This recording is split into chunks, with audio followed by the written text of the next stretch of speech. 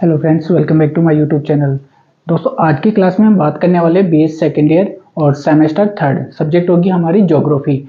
जैसा कि आप जानते हो कि पिछली क्लासों में हम वायुमंडल के बारे में, वायुमंडल का संगठन एवं संरचना विस्तार से पढ़ चुके हैं। आज की क्लास में हम बात करने वाले अपना एक नया टॉपिक है जिसमें बात करेंगे हम सूर्यताप की, सूर्यताप एवं पृथ्वी का ऊष्मा बजट। कहने का मतलब ये है कि अपना जो सूर्यताप है, सूर्य से आने वाली जो किरणें होती है वो कितनी मात्रा में धरातल तक पहुंच पाती है और इसका प्रतिशत क्या है, इसके बारे में हम विस्तार से पढ़ने वाले हैं।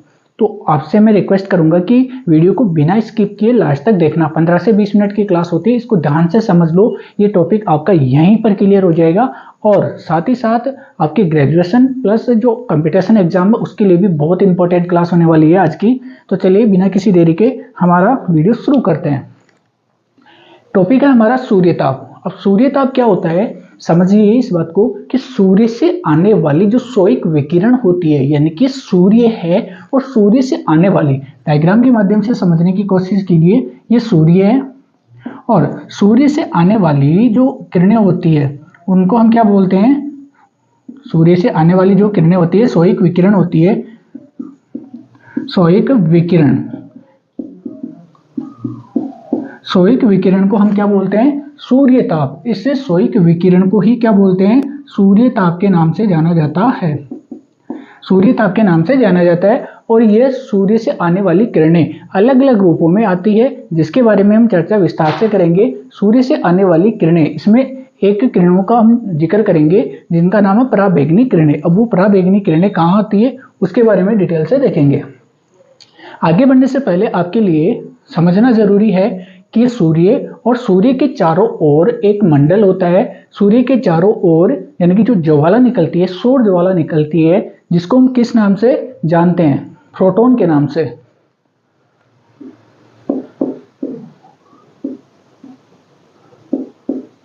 फोटोन के नाम से, और इसे photosphere.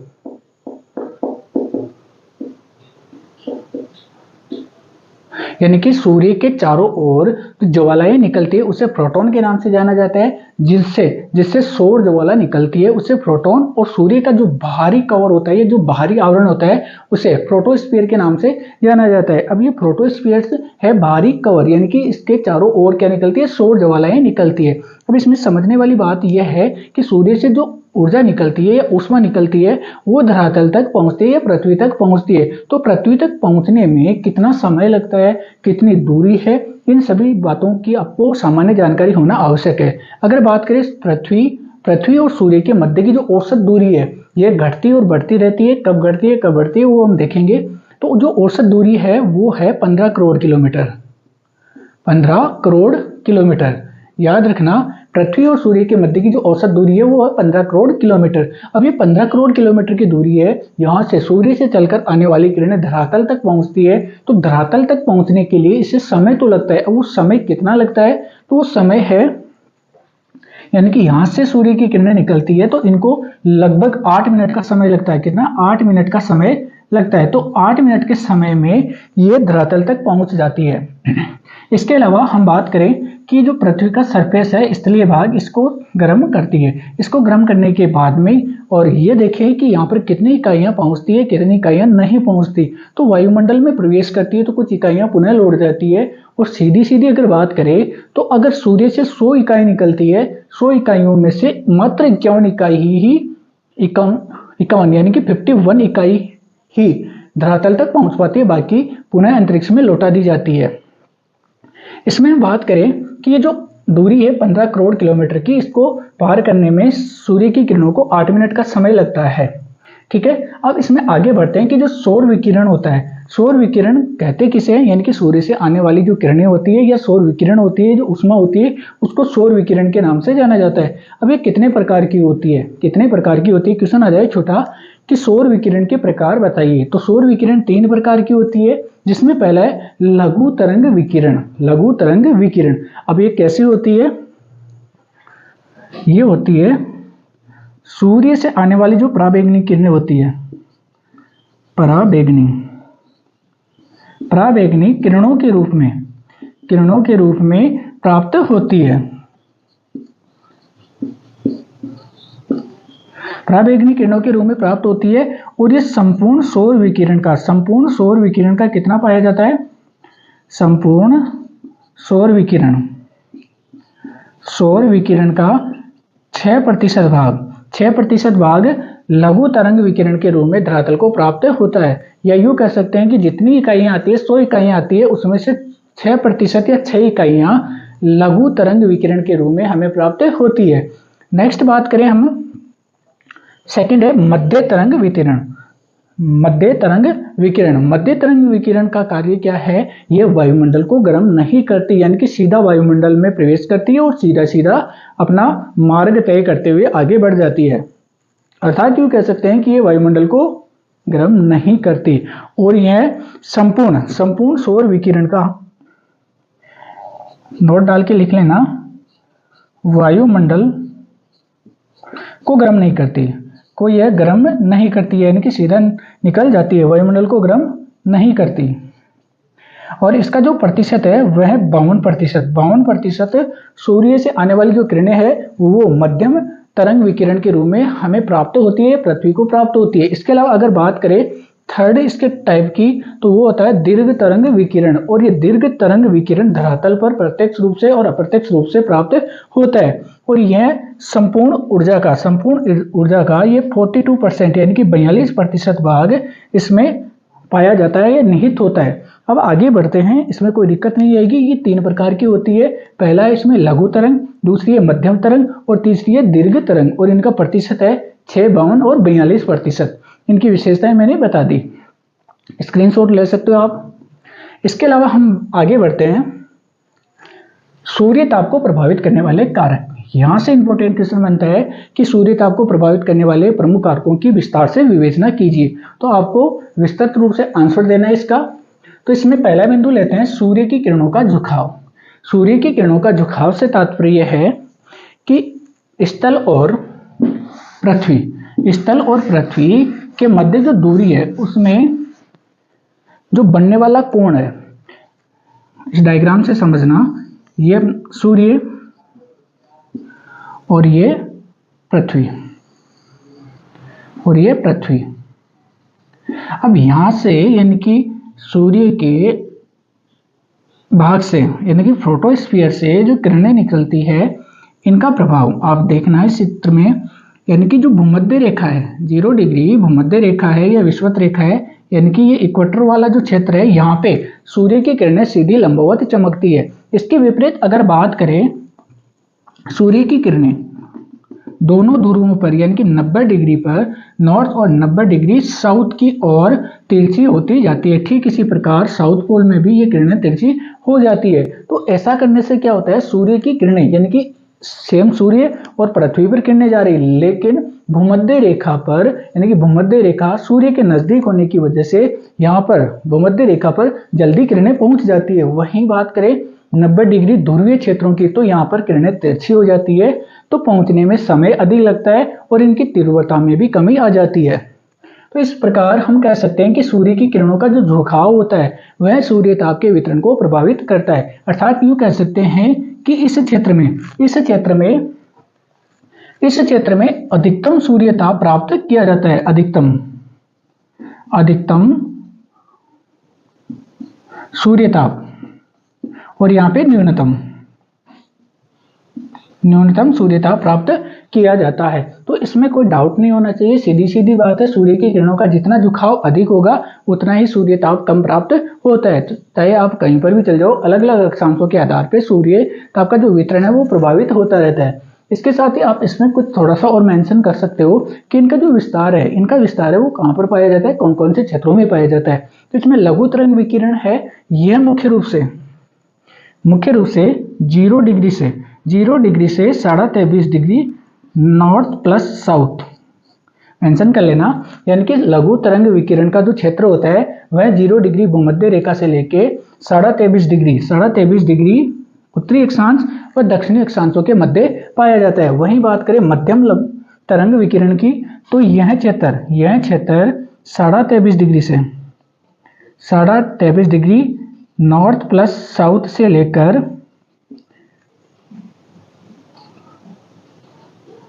60 degree north plus south के मध्य इसका विस्तार पाया जाता है। और दीर्घ तरंगों की बात करें, दीर्घ तरंग विकिरण की, तो यह 60 डिग्री से लेके 90 डिग्री N+S यानी नॉर्थ और साउथ के मध्य इसका विस्तार पाया जाता है।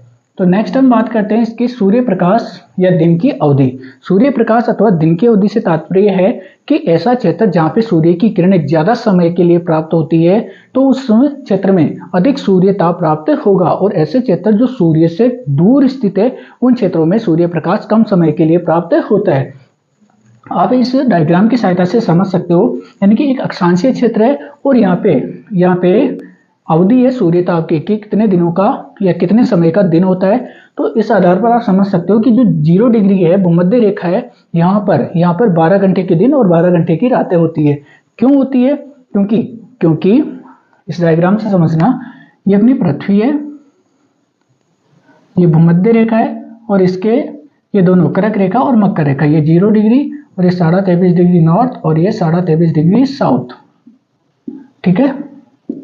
अब इसमें सूर्य अगर लंबवत चमकता है, मान लीजिए भूमध्य रेखा है और भूमध्य रेखा पर सूर्य लंबवत चमकता है। ठीक है, भूमध्य रेखा पर लंबवत चमकता है और फिर ये घूमते घूमते कर्क रेखा पर, फिर घूमते घूमते वापस भूमध्य रेखा पर और फिर घूमते घूमते वापस मकर रेखा पर चलता रहता है। और ये स्थिति कब बनती है? आगे वाली क्लासों में हम विस्तार से देखेंगे कि ऐसी स्थिति, ऐसी सिचुएशन कब बनती है, तब नहीं बनती। अगर आप सीधा सीधा याद रखो तो सूर्य है, सूर्य यानी कि कर्क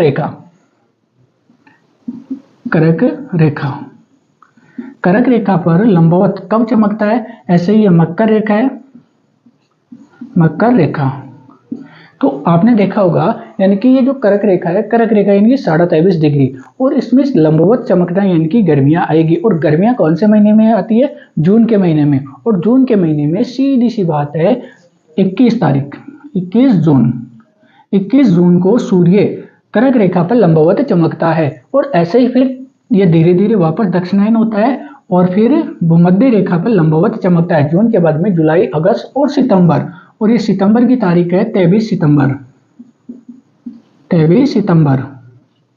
फिर ये घूमते घूमते मकर रेखा पर आ जाता है और यहाँ पे 22 दिसंबर को पुनः सूर्य मकर रेखा पर लंबवत चमकता है और फिर घूमते घूमते ये आ जाता है कहाँ पर? भूमध्य रेखा पर। और ये महीना होता है दिसंबर के बाद में जनवरी, फरवरी और मार्च, और यह है 21 मार्च को सूर्य पुनः भूमध्य रेखा पर लंबवत चमकता है। तो ऐसी स्थिति में आपने देखा कि ये जो सूर्य है भूमध्य रेखा और इसके आसपास के क्षेत्रों में, भूमध्य रेखा और इसके आसपास के क्षेत्रों में क्या रहता है? घूमता रहता है। तो इस वजह से इस क्षेत्र में अधिकतम तापमान प्राप्त होता है। ये यूं कह सकते हैं कि पृथ्वी के इस क्षेत्र में 0 डिग्री से 23.5 डिग्री नॉर्थ और 23.5 डिग्री साउथ, इस क्षेत्र में अधिकतम तापमान प्राप्त होता रहता है। तो यहाँ पे हमने देखा कि 0 डिग्री वाला जो क्षेत्र है, इसमें 12 घंटे के दिन और 12 घंटे की रातें पाई जाती है। तो 12 घंटे के लिए सूर्य ताप प्राप्त होता है। इसी प्रकार हम बात करें 17 डिग्री, यानी कि जैसे जैसे भूमध्य रेखा से दोनों तरफ, नॉर्थ और साउथ दोनों तरफ चलते हैं, तो यहाँ पे 13 घंटे की क्या होती है? दिन रात की अवधि होती है। दिन और रात की अवधि 13 घंटे की होने लग जाती है। और इसमें आगे बढ़ते 41 पर, तो यहाँ पे 15 घंटे की। ठीक है, और ऐसे ही 49 पे चलते हैं तो 15 घंटे की, और 63 डिग्री पे चलते हैं तो 20 घंटे की, और 66.5 पे चलते हैं तो 24 घंटे के दिन और 24 घंटे की रात होती है। ठीक इसी प्रकार 67 डिग्री और 21 मिनट पर चलते हैं तो 1 माह के दिन और 1 माह की रातें होती है। ठीक इसी प्रकार 70 डिग्री और 11 मिनट पर 4 माह के दिन और 4 माह की रातें होती है। और यही कंडीशन 90 डिग्री पर जाते जाते 6 माह के दिन और 6 माह की रात होती है। अब ये स्थिति कैसे होती है? आप इस डायग्राम का स्क्रीनशॉट ले सकते हो।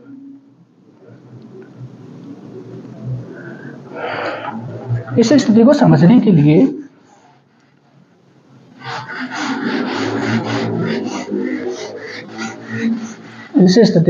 के लिए आपको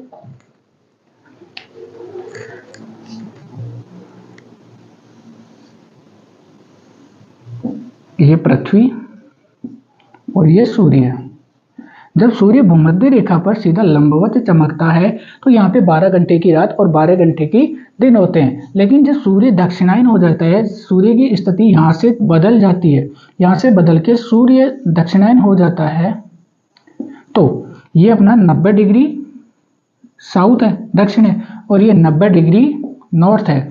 तो इसमें सूर्य की किरणें अपना जो 90 डिग्री साउथ है इसके नजदीक से गिरेगी, तो यहाँ पे तो दिन हो जाएगा, यहाँ पे तो दिन हो जाएगा। और दिन कितने दिनों का? 6 माह का, 6 माह का।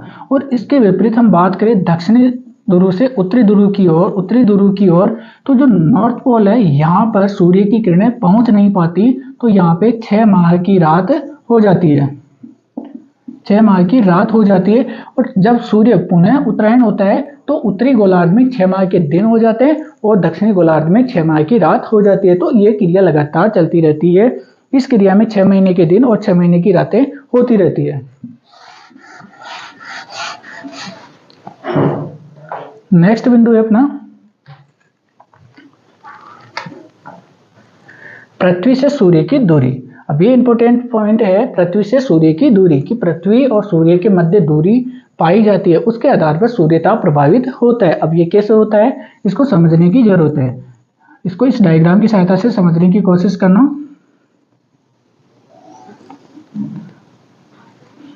अब इसमें हम बनाते हैं सूर्य।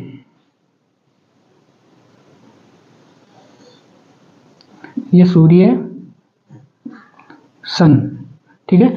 अब एक तरफ बना लेते हैं पृथ्वी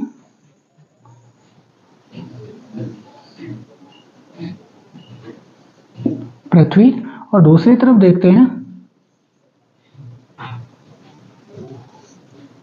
यहां पर भी पृथ्वी, यानी कि दो कंडीशन पड़ रहे हैं। यानी कि ये जो फासला आपको दिखाई दे रहा है सूर्य और पृथ्वी के मध्य, इसमें दूरी कम है और ये दूरी कितनी आ जाती है और ये वाली दूरी कितनी आ जाती है। इसके बारे में पढ़ेंगे कि ये किस प्रकार सूर्यताप प्रभावित करता है, यानी कि सूर्य और पृथ्वी के मध्य की जो दूरी है वो किस प्रकार प्रभावित करती है। तो ये जो न्यूनतम दूरी है और ये आती है 14.7 करोड़ किलोमीटर।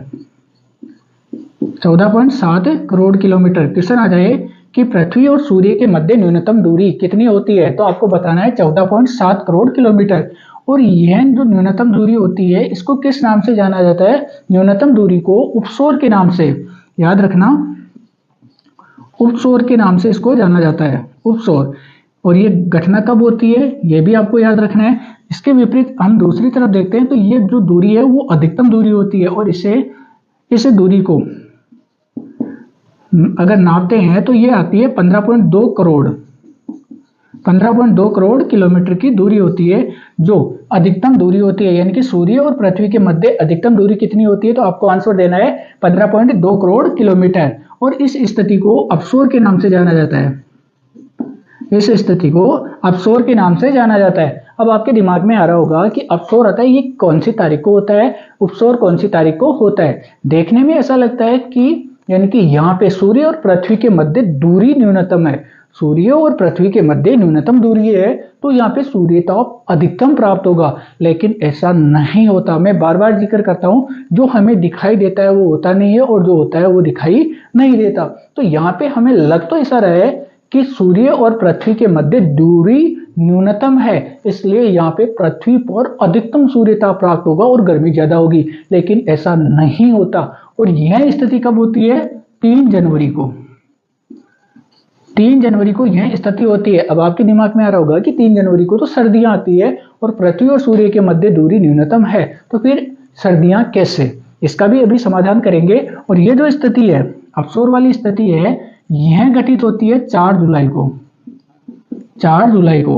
अब इस तरफ आपको दिखाई दे रहा होगा कि पृथ्वी और सूर्य के मध्य अधिकतम दूरी है, तो यहाँ पे सूर्य ताप कम प्राप्त होता होगा, इसलिए यहाँ पे सर्दियां होगी। लेकिन ऐसा नहीं है, और ऐसा इसलिए नहीं है क्योंकि यह घटना घटित होती है दक्षिणी गोलार्ध में, यह घटना घटित होती है दक्षिणी गोलार्ध में। कैसे? कि सूर्य कौन से महीने में, जैसे यहाँ पे न्यूनतम दूरी है और महीना कौन सा है? 3 जनवरी, 3 जनवरी यानी कि सर्दियां है, यानी कि सूर्य कौन से गोलार्ध में है? दक्षिणी गोलार्ध में। दक्षिणी गोलार्ध में सूर्य की स्थिति होने के कारण उत्तरी गोलार्ध में इसका प्रभाव देखने को नहीं मिलता। हाँ, कुछ प्रभाव हमें दिखाई देता है और वो प्रभाव की जो मात्रा है वह होती है 7%। 7% उत्तरी गोलार्ध में कम और दक्षिणी गोलार्ध में ज्यादा होती है। यानी कि यहाँ पे सर्दियां, उत्तरी गोलार्ध में सर्दियां 7% कम हो जाती है और दक्षिणी गोलार्ध में इस समय, कौन सा समय, जनवरी के समय गर्मियां होती है। उत्तरी गोलार्ध में सर्दी होती है तो दक्षिणी गोलार्ध में गर्मी होती है, तो 7% गर्मी अधिक बढ़ जाती है। इसके विपरीत बात करें अफशोर की, तो 4 जुलाई की स्थिति में 4 जुलाई की स्थिति में इसमें क्या होता है, सूर्य और पृथ्वी के मध्य अधिकतम दूरी होती है और जुलाई के महीने में हमने पढ़ा कि जुलाई में सूर्य उत्तरायण में होता है। जैसे सूर्य उत्तरायण में होता है तो इस समय पृथ्वी और सूर्य की दूरी अधिकतम हो जाती है। अधिकतम होने से उत्तरी गोलार्ध में कम तापमान प्राप्त होता है। कम तापमान प्राप्त होने से 7% गर्मी कम प्राप्त होती है। कौन से गोलार्ध में, उत्तरी गोलार्ध में। वहीं बात करें दक्षिणी गोलार्ध की, तो दक्षिणी गोलार्ध में 7% गर्मी बढ़ जाती है। यानी कि कहने का मतलब यह है कि उपसौर और अपसौर का प्रभाव, नेगेटिव प्रभाव दक्षिणी गोलार्ध में होता है, उत्तरी गोलार्ध में इसका पॉजिटिव प्रभाव होता है और ये जो प्रभाव है वो होता है 7%। इसका आप डायग्राम बना सकते हो। पृथ्वी और सूर्य के मध्य अधिकतम दूरी और न्यूनतम दूरी। अधिकतम दूरी को हम कहते हैं अपसौर और ये 4 जुलाई को गठित होती है, और न्यूनतम दूरी को कहते हैं उपसौर और यह 3 जनवरी को गठित होती है। न्यूनतम दूरी होती है 14.7 करोड़ किलोमीटर, न्यूनतम दूरी होती है 14.7 किलोमीटर और अधिकतम दूरी होती है 15.2 kilometre, 15.2 crore kilometre, 15.2 crore kilometre और न्यूनतम दूरी 14.7 करोड़ किलोमीटर। औसत दूरी मैंने बता दी 15 करोड़ किलोमीटर। तो इसमें कोई डाउट हो तो आप कमेंट करके बता सकते हो। नेक्स्ट बिंदु की बात करते हैं सौर कलंक। अब सौर कलंक क्या होते हैं, स्क्रीनशॉट ले सकते हो आप। हाँ, नेक्स्ट देखते हैं सौर कलंक। अब ये सौर कलंक क्या होते हैं, समझने वाली चीज है, बिना स्किप के देखना। सौर कलंक, अब सूर्य है अपना, सूर्य के चारों ओर जो ज्वालाएं निकलती है, इनमें आपने देखा होगा ब्लैक स्पॉट होते हैं, काले धब्बे होते हैं। इनको क्या बोलते हैं, सौर कलंक के नाम से पुकारा जाता है। और ये सौर कलंक सूर्य के जो बाह्य सतह होती है जिसको हम बोलते हैं फोटोस्फीयर की तुलना में क्या होते हैं, अधिक शीतल होते हैं। इस फोटोस्फीयर की तुलना में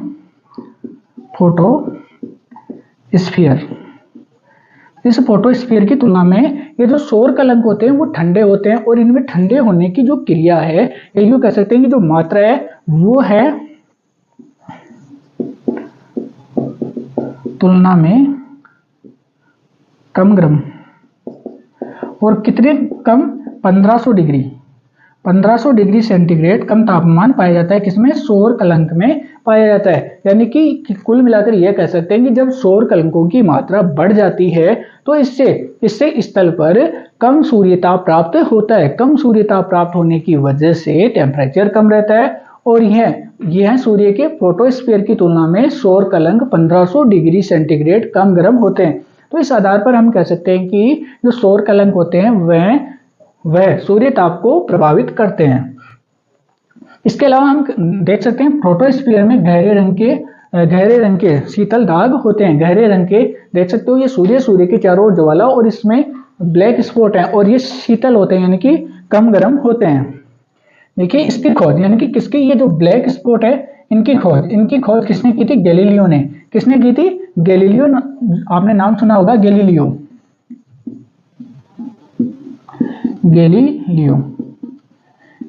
ने इनकी खोज की थी, इनकी ब्लैक स्पॉट्स की, सौर कलंकों की खोज की थी। इसके अलावा हम बात करें माइक्रोस्फीयर की तुलना में 1500 डिग्री सेंटीग्रेड इसमें कम टेम्परेचर पाया जाता है। यानी कि ये फोटोस्फीयर और इसका जो बाहरी आवरण होता है इसको माइक्रोस्फीयर के नाम से, क्रोमोस्फीयर के नाम से, क्रोमोस्फीयर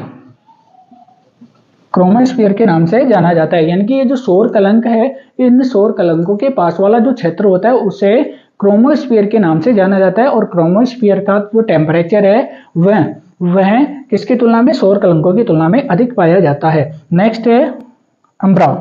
अम्ब्रा क्या होता है, प्रत्येक सौर कलंक में पाया जाने वाला जो ब्लैक स्पॉट होता है, काला धब्बा होता है, उसको क्या बोलते हैं, ये वाला। यानी कि ये जो सौर कलंक है, ये चारों ओर जो लालिमा दिखाई दे रही है, इसमें स्थित जो ब्लैक स्पॉट है, इसको किसके नाम से जाना जाता है, अम्ब्रा के नाम से। ये वाला क्षेत्र अम्ब्रा के नाम से जाना जाता है। नेक्स्ट में बिंदु आता है पेनुम्ब्रा।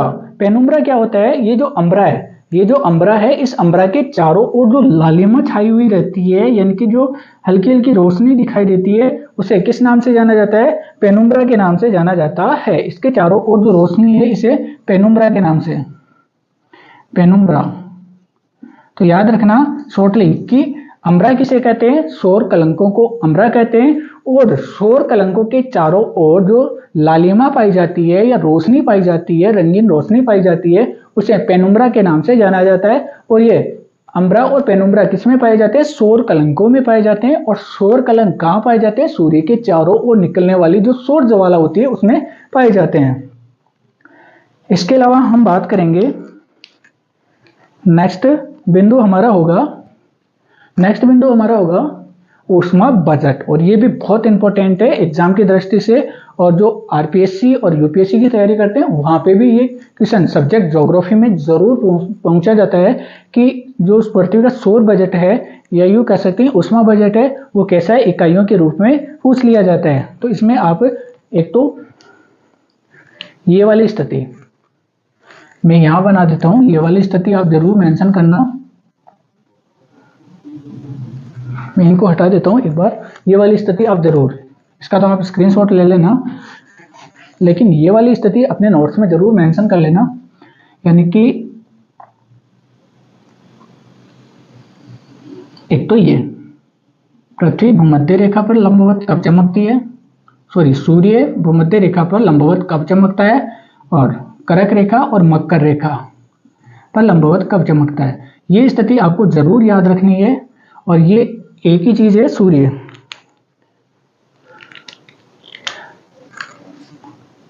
यह है 21 जून, 23 सितंबर, और ये फिर मकर रेखा पर है 22 दिसंबर, और यह 21 मार्च। ये 0 डिग्री है, और ये कर्क रेखा है, यह मकर रेखा। ये जरूर आप मेंशन कर लेना। यानी कि ये सूर्य लंबवत कब चमकता है, तारीख आपको याद रखनी है, तारीख आपको अच्छे से याद रखनी है।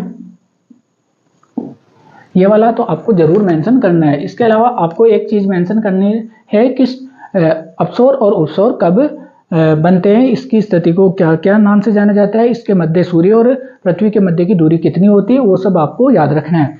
आप इसका स्क्रीनशॉट ले सकते हो। और साथ ही साथ आपसे रिक्वेस्ट है कि वीडियो को अगर समझ में नहीं आया तो दोबारा एक बार देखिए, और फिर भी समझ में नहीं आता है कोई बिंदु या आपको कोई डाउट हो तो कमेंट करके जरूर बताना। और कमेंट करके ये बताइए कि आप और कौन सा टॉपिक पढ़ना चाहते हो। मेरी कॉलेज के स्टूडेंट्स के अलावा अदर जो कॉलेज के स्टूडेंट हैं, मेरे जो स्टूडेंट है, वो कमेंट करके बताइए कि आपकी कौन सी इकाई चल रही है और कौन सी इकाई बाकी है, ताकि हम उस पर जल्दी से जल्दी वीडियो बनाएं, ताकि आपकी पढ़ाई बाधित ना हो। धन्यवाद। अब तक आपने हमारे चैनल को सब्सक्राइब नहीं किया तो सब्सक्राइब कर लीजिए।